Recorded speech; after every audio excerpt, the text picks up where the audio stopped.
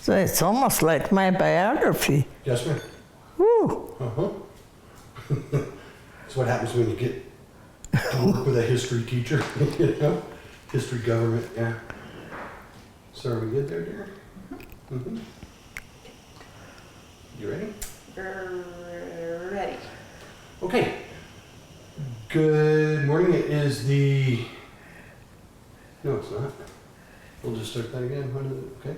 It's the 29th of May, 2017, and this afternoon we're going to have an interview with this fine young lady right here. And if you could give us your name, date of birth, and where you were born. Irene Markiewicz,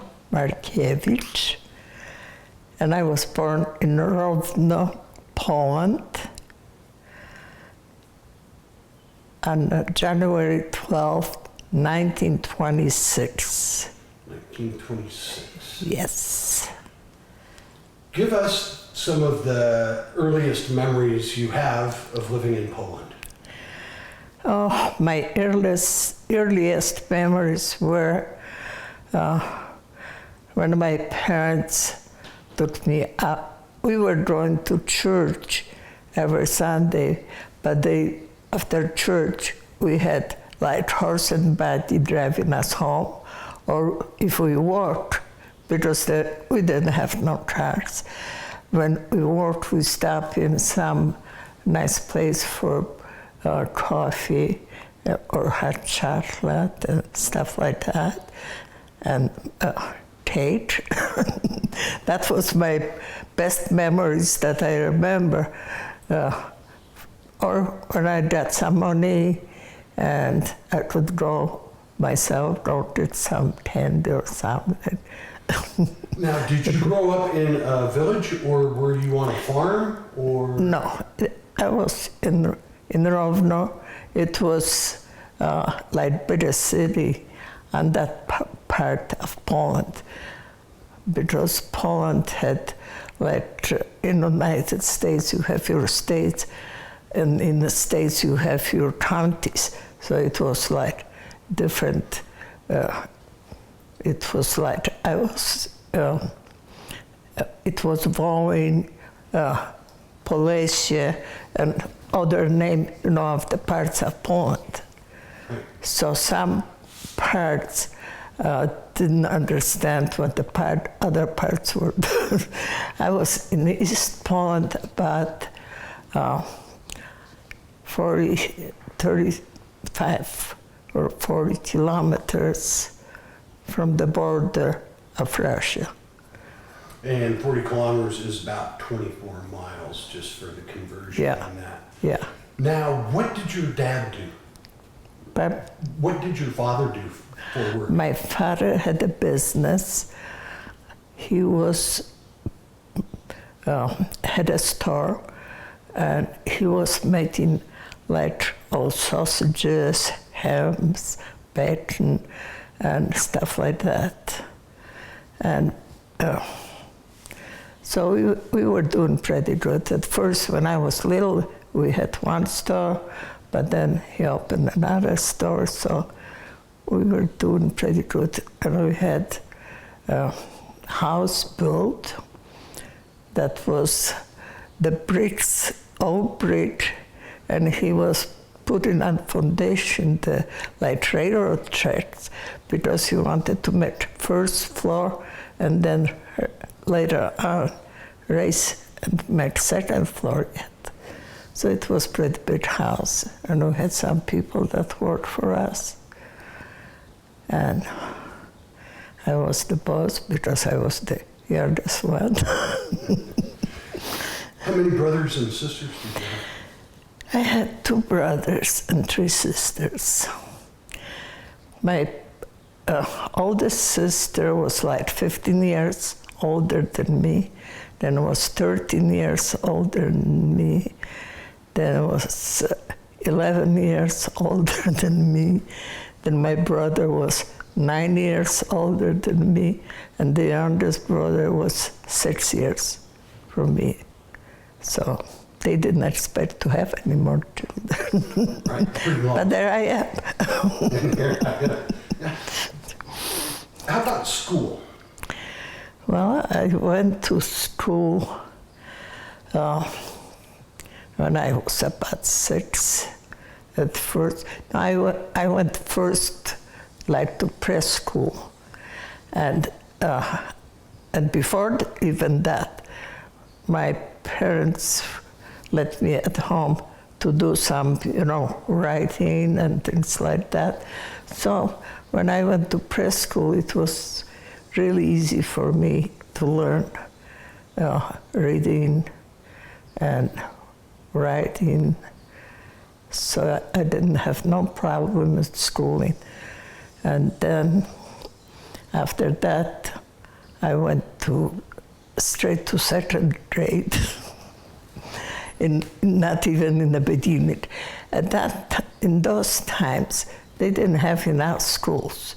So you had to have like 7 years of public school education, and then high school and further you had to pay for, but public school were free. But they didn't have enough schools. So you had, sometimes there were more children than the school we had like over 30 students in each school. So the classes were always full. And they were supposed to build the schools before. The first school I went, then they built school right to where we were. I was boarding with the school. And it was 2-story and 2 streets.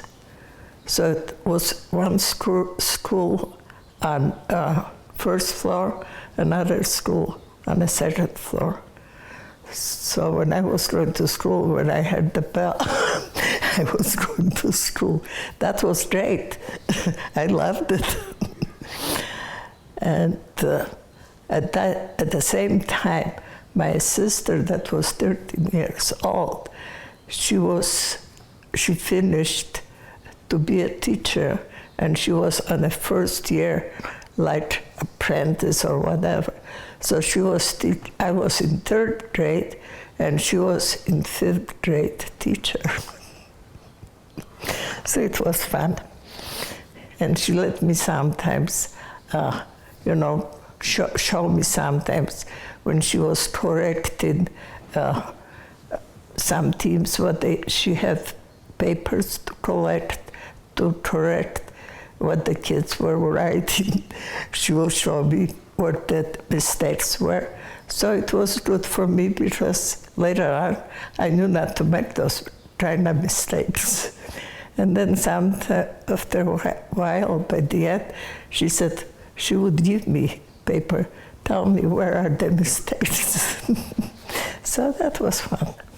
But then she was transferred because that was her first year, and then she was transferred, and she was like 45, 50 kilometers from the road, in a smaller school, but she was on a regular job. So you said that your public school went to the age or the grade 7? Yes. And then after that, you had to take exams to go higher. And then, if they didn't, then there had certain amount of people that they were able even to take the exams. And then the students that passed, then they were going to school higher. The ones they didn't, that was it. Then you would go to work or... Yeah, then they don't work. But see, around there were lots of farmers around the city, and there were some settlers where they had like, everybody had, let's say, 1 acre of land. And so there were lots of people that they couldn't go. And what do you remember as a young lady at that time how your government was? How did you feel as far as a country? Well, I liked my government. We did like, because everybody was talking, because Poland was not free for a long time until 1917, when after World War I, because the Poland was divided between Germany, Austria, and Russia. Before Poland was there, you couldn't even go. My mother said, you couldn't even go to school. You had to go secretly to some houses where you could learn how to read and write. So they had really bad before the war. So it was a young country. So, but when it was started building up, and one thing, that was my private opinion. I didn't like when in school, it was too much difference between students, which were students that were, their parents were like, before the war, fighting with some against Poland. But then when Poland was there, they were going to school too, the Ukrainian, and there was also difference between our religions. Poland was Roman Catholic, and the Ukrainian, so they were Greco-Catholics. So, sometimes I didn't like when they were making difference between Greco and Roman Catholics in school, between the students. So otherwise, I was too young to be interested in politics. Right. But that one thing stuck with me. I said, why can't you go there or something when I can do it? So, because I have friends. What was your favorite thing to do in school? Pardon me? What was your favorite subject in school? Well, my favorite subject, whatever they were teaching me, it was nice because I wanted to know everything.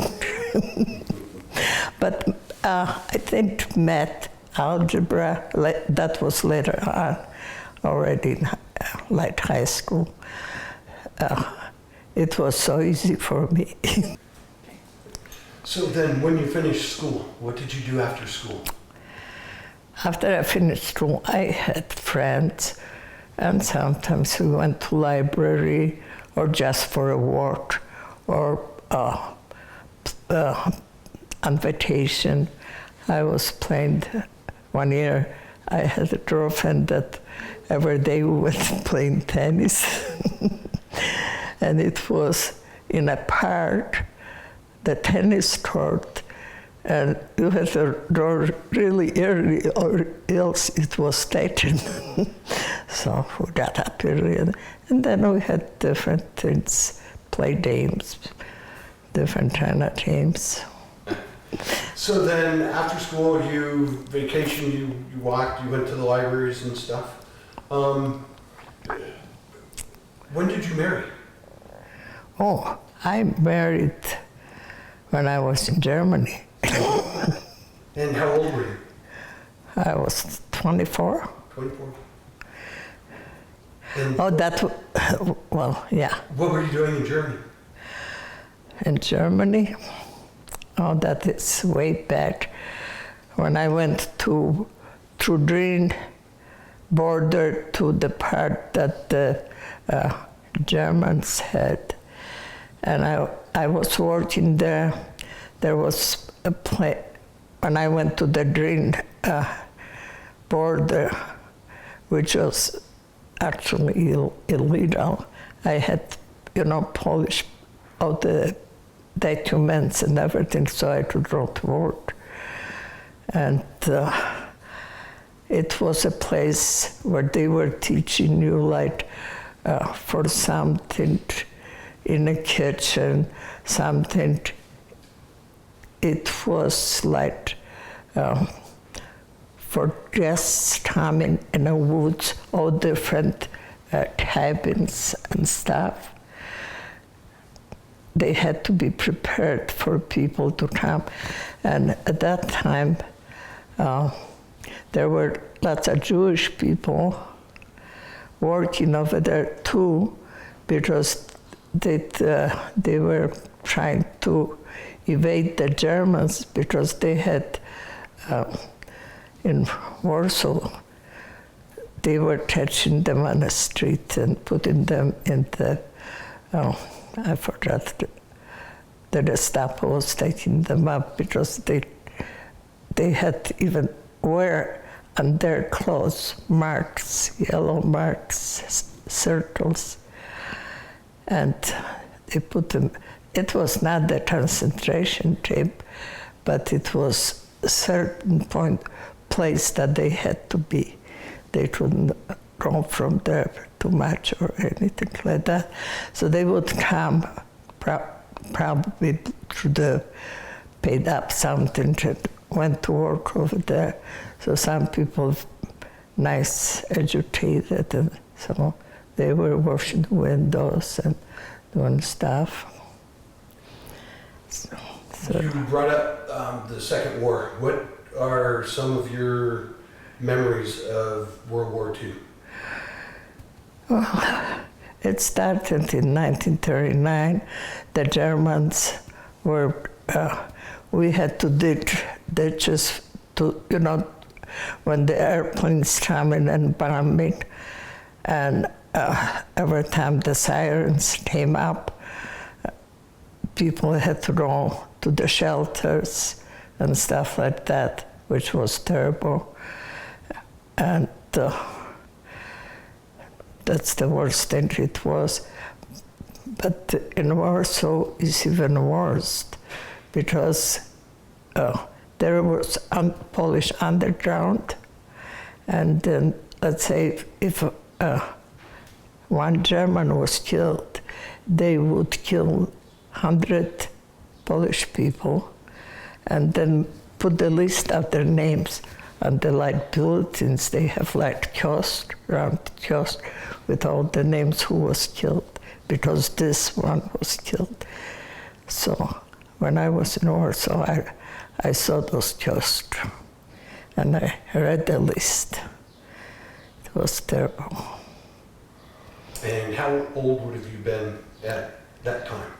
That time, about 17. Yeah. Then at the end of the war. End of the war, I was in Germany, in Garmisch-Partenkirchen, when the Americans came, and it was wonderful. We were so happy. Everybody was happy. All the people, like Polish people, they had to wear a mark with written P, and it said that Polish people never be Germans' friends. So, and we had our curfew, 8 o'clock, and we couldn't go to a restaurant or movies or any place like that, just stay at work. We could walk to the street, we could go there are mountains over there, and go on top of the mountains, make trips, but just around there, and until 8 o'clock at night. And we had to register every week at the police that we are there. So it was not real pleasant memories. Right. And what were you doing in Garmisch-Partenkirchen? I was working from the place where I was working in Warsaw. They were supposed to take the people, because they found out there were quite a few Jewish people there. They were, somebody, they had that underground, and they had their ways to find out things. They said that they're going to come and get them all to send to Germany, to concentration camps. And I was with that group over there. So somebody told me, friend that I was working with, she was actually my supervisor, that'd be better if that there is a doctor, that he needs somebody to work in Germany. So, and he needs 2 people. So me and one Jewish girl, but she didn't look Jewish. She said, we agreed to go to Germany. We said it's better than over here working. So we had special escort to take us there. But I went there where I was supposed to be B, but she never showed up. So I was on my 18th birthday on January 12, 1944, I landed in Germany, in Garmisch-Partenkirchen. And there was his wife, the doctor was working in Poland. And there was his wife, her mother, 6 kids, and then some help that was coming in too. So I was working there until until Americans came. And after that I left. I know how I felt and how all the people that I knew that they were working there, how they felt. They just felt liberated, because it was not our choice to go to work to Germany. But it was the situation that came up that we found, and some people went there. When I went there, it was lots of people over there before me. So we felt like liberated. So after the war, what did you do? After the war, what did I do?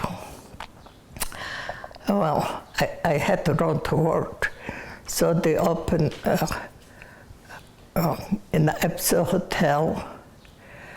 They needed people. They wanted to open for American soldier to come, like for vacation from the service.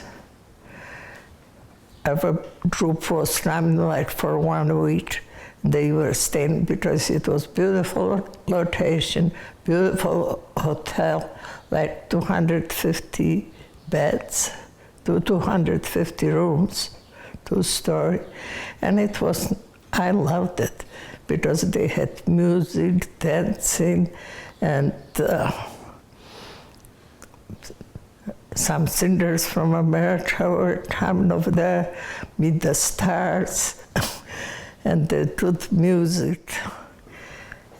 And there was a big lake, you could go boating. It was just a life I liked. Do you remember the name of the hotel? Yeah, Ipsa Hotel. Ipsa?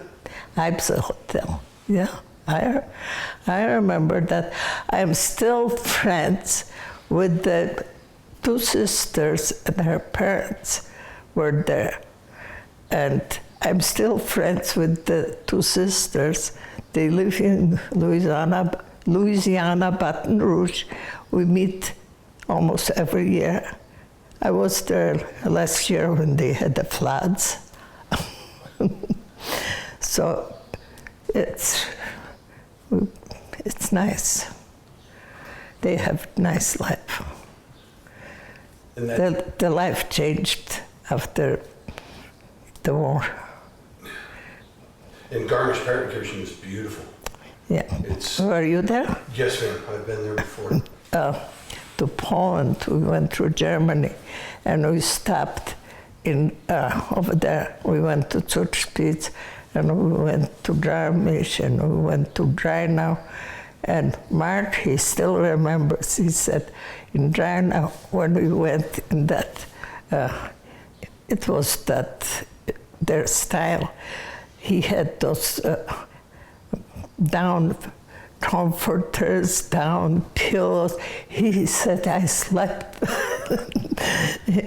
like a baby. And then for breakfast you come down and you had like vegetables, you had all kind of sausages and meats and everything on the table was set up for, it was continental breakfast they call. So he remembers that too. Oh yeah, the breakfast, the food, the meats and stuff for breakfast, fantastic. Yeah. So, and the breads, yes, the broaching and yeah, the food was fantastic. So after being in Garmisch, did you go back to Poland? No. See, after the American came, some people went back to Poland, and they wanted me to go to Poland back too. But I said, sorry, I don't have home no more, because that was Ukraine already. So I got out and stay working. I was working like in the hotel, in that hotel. Well, I started as a waitress. Then I thought, you know, I had to be there for breakfast like 9 to 10, then I have free time, then for serve lunch, and then serve supper. But between that, I had all free time. But it was hard for me to get up for breakfast. So I went to the, and asked if they have any other job. And you know what he made me? I was in charge of all the chambermaids that they were there in the whole hotel. And I had to go and check the rooms if there were something wrong and make requests in the, like if some bulb broken or they need laundry or something, and take care of the whole thing. So sometimes it took not a long time in the morning when I went, because I asked the chambermaids, they knew what, if there was something missing or broken or so I made a list and went when it was supposed to be fixed. Did the list to do it. And that was it. Because, you know, when they came for 1 week and had fun, sometimes there were something broken or something, because they had music, they had dancing, and sometimes it was quite a bit late. So, but it was, still it was fun. And after that, I went to work in PX, because I changed it, because PX was in Garmisch, and I'd say it was like half an hour down to go to Garmisch, and in Garmisch more things doing. So I rented their place and went to work in PX. And how long did you stay there? About a year or so, year and a half. Then I went to work to Oberammergau. You heard about Oberammergau? Oh yes, man, it's beautiful. It's beautiful. They Yeah. passion play over there. Yeah, I was working with those people that they had wearing passion.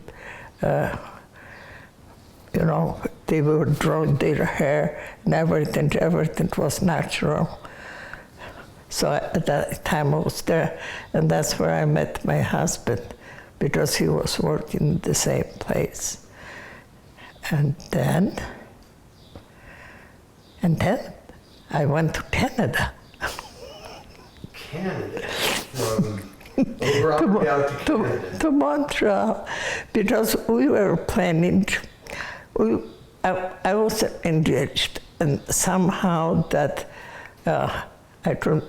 we couldn't run to America, and Canada wanted just women. So we decided I'd go, and I sent him papers to come over to Canada. So I went to Canada, and I sent him the papers to come over. But meantime, I don't know what happened over there, that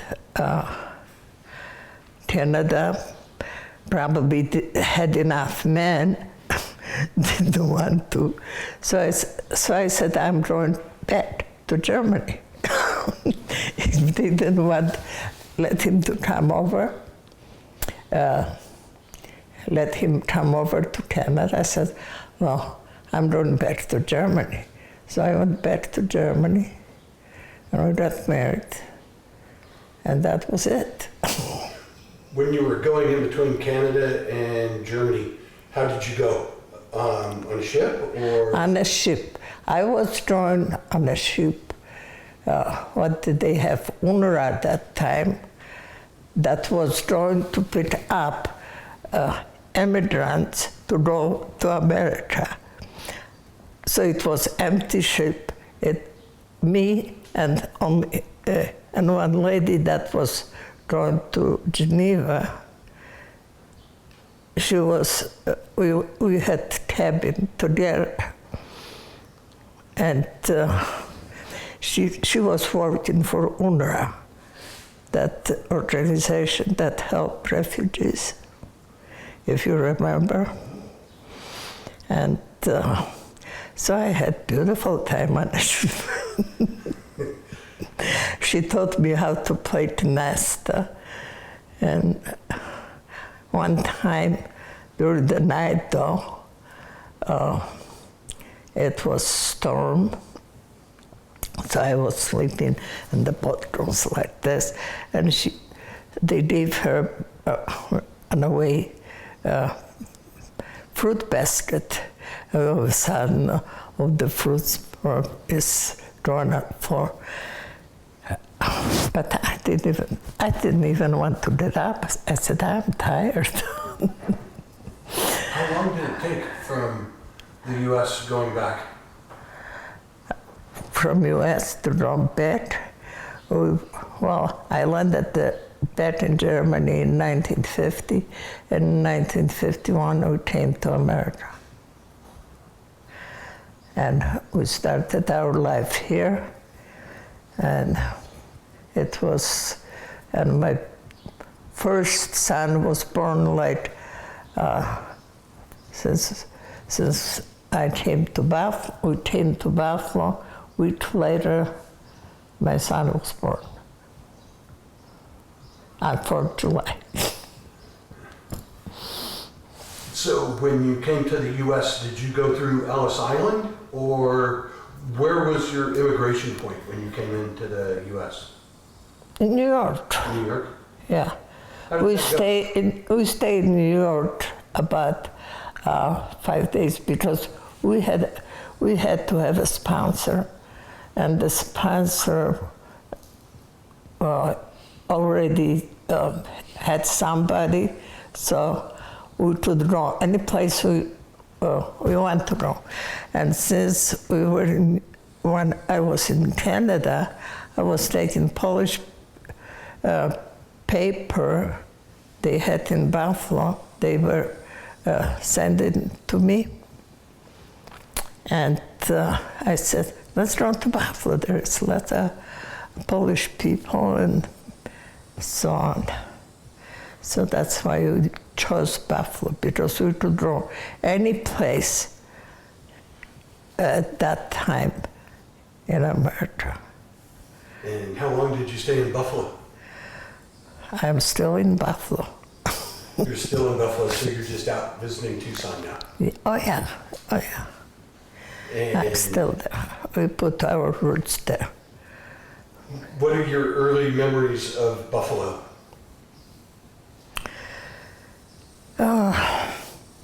I think I expected a little bit different than it was, but it was fine because I wouldn't like to go someplace on the farm or any place on the ranch or anything like that. I liked that city. So I was brought up in the city, so I like city. My husband, we were looking for different places, but I preferred city, so we stayed in the city. And besides the jobs,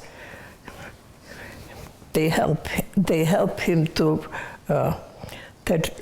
go look for a job. He stopped the first place, and he stopped at Bethlehem Steel, and they hired him, so he didn't go anyplace else. I wanted him to go to Ford at that time, which was his second stop supposed to be, but they dropped him off first over there, and he did jump right away. And he was crane operator over there for quite a few years. And how long did he stay at Bethlehem Steel? Pardon me? How long did your husband work there? Oh, he worked until he retired. And how old would have he been, do you remember? But he was 62 when he retired. And he died when he was 66. And what were you doing while he was working at Bethlehem Steel? What were you doing? Well, I have 4 sons, so I was busy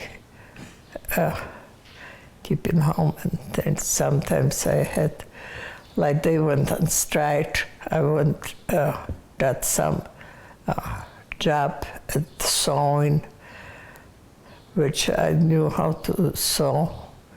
Like at that time they were wearing those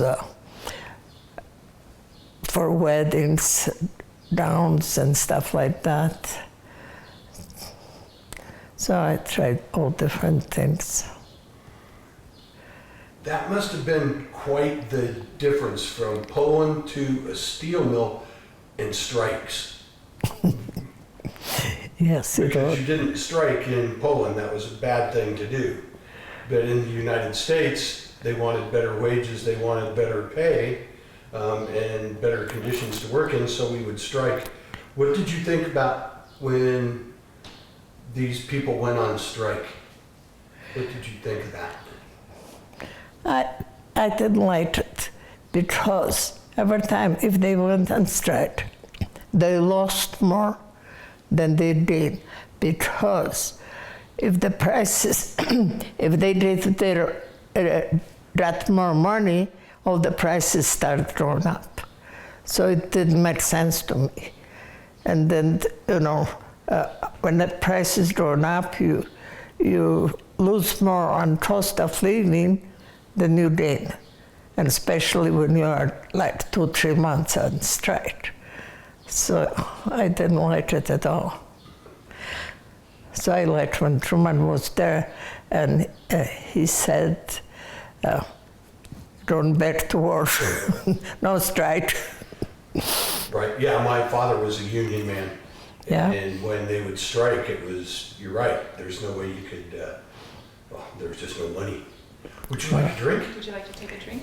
Yeah. I'm not used to talk so much. I live now in a little apartment just perfect for me that I like. And I'm all by myself, so I can yell at myself if I do something wrong. But besides that, I watch TV and do all different stuff, but I keep busy.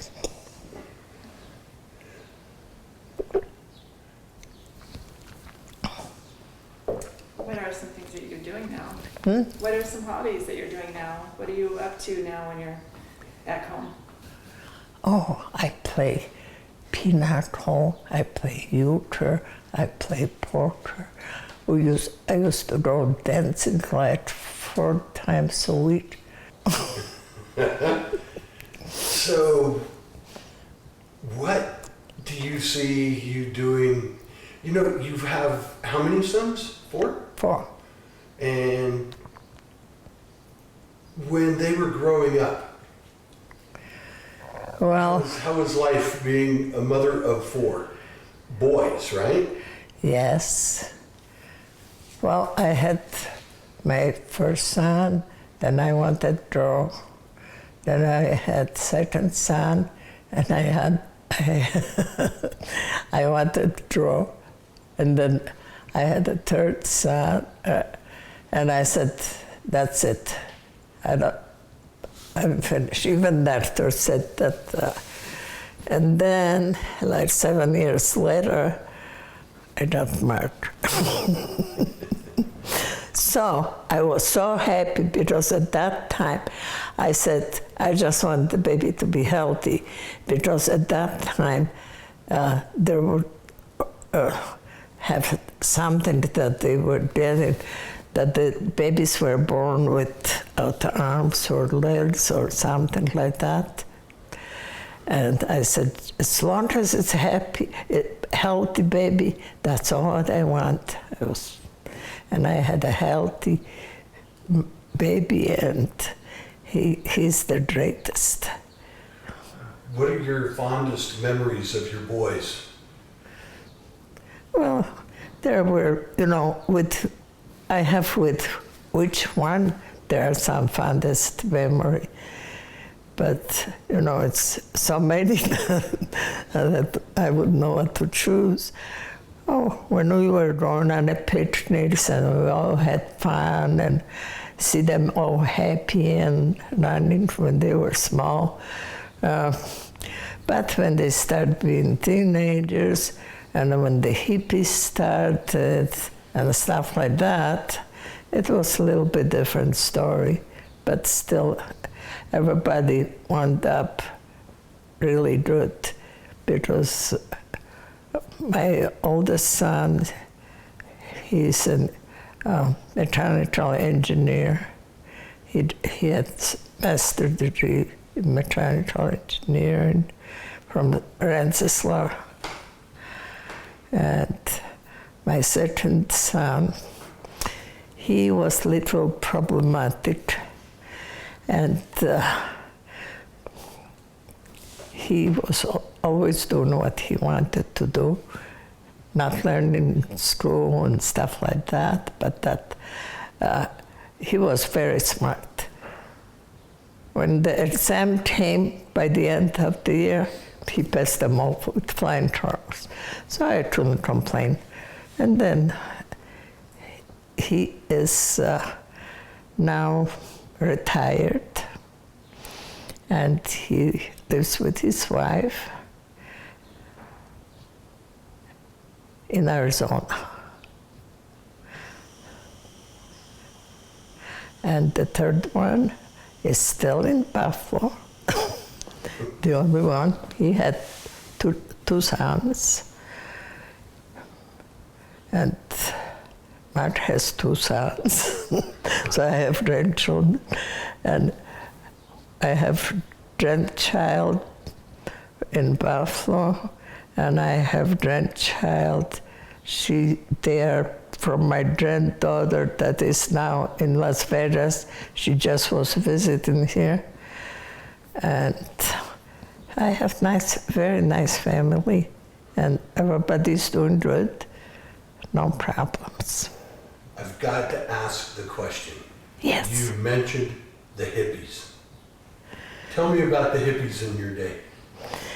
I didn't like when it all started, when in school tell the kids that they have the rights, where the parents don't have the rights, you know. I didn't agree with this. The kids are kids, and they have to be brought up the right way. So what did happen if everybody does their own way? They don't know what they do. They have to have a guidance. I didn't like that. Well, a lot of people didn't back then. And And that was during the Vietnam War. And they started with the drugs and stuff like that. And what problems are the drugs now? And instead of cutting off the drugs to come into the States, they draw in, and you know, easy actually for them to. Then and after a different thing, they started to teach them how to get off and this and different things. They should teach them not to use them, not after they started taking them off of it. Right. That's how I feel. Yeah, things have definitely changed with the way we raise our children today. Yes. From the way the children you cannot spank your child, you can't do this, it's my child. And Mark, he was never spanked, never. If you had one thing on your list that you still wanted to do today, what would it be? Well, have nice trip on some kind of cruise around the world.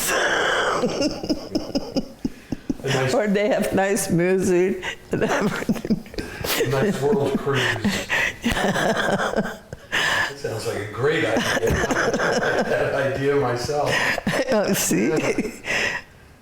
So, if we missed anything this afternoon, what would you want to say? Oh, I think we got it all. Yeah? Yeah. Because it's been a real pleasure talking to you this afternoon. Yeah. I love doing history, and I love to see the past that people have. I can tell you if you're interested. I think I might have some pictures, but this actually I was going to send to Polish, because I was working for a while with the Polish American Union when I was in Germany before I came here. So, but I have some interesting pictures from my husband's father. He was in cutting, and